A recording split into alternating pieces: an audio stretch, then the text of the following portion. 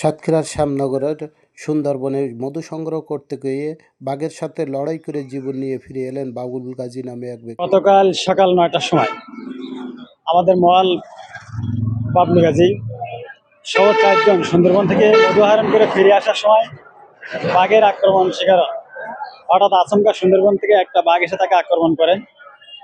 পরে আরও ৬ জন লোক গিয়ে ওই নৌকার লোক গিয়ে বাবলু ভাইকে বাঘের থেকে উদ্ধার করে।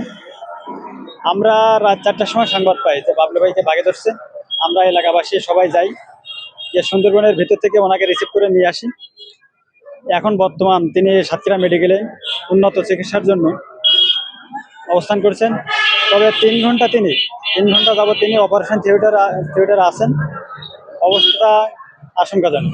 থেকে মধু সংগ্রহ করার জন্য আমাদের এক মওয়াল ভাই বাবলু গাজী বন বিভাগ থেকে বৈধ পাস নিয়ে গিয়েছিল মধু সংগ্রহ করার জন্য।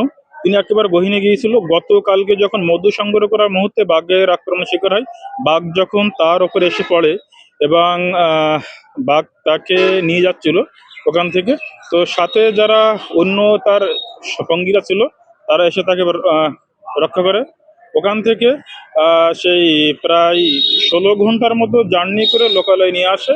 সেখান থেকে এখন উন্নত চিকিৎসার জন্য সাতক্ষীরা মেডিকেলে অ্যাডমিট করা হয়েছে। চিকিৎসা চলছে এখন অপারেশন থিয়েটারে আছে। তো অবস্থা আশঙ্কাজনক।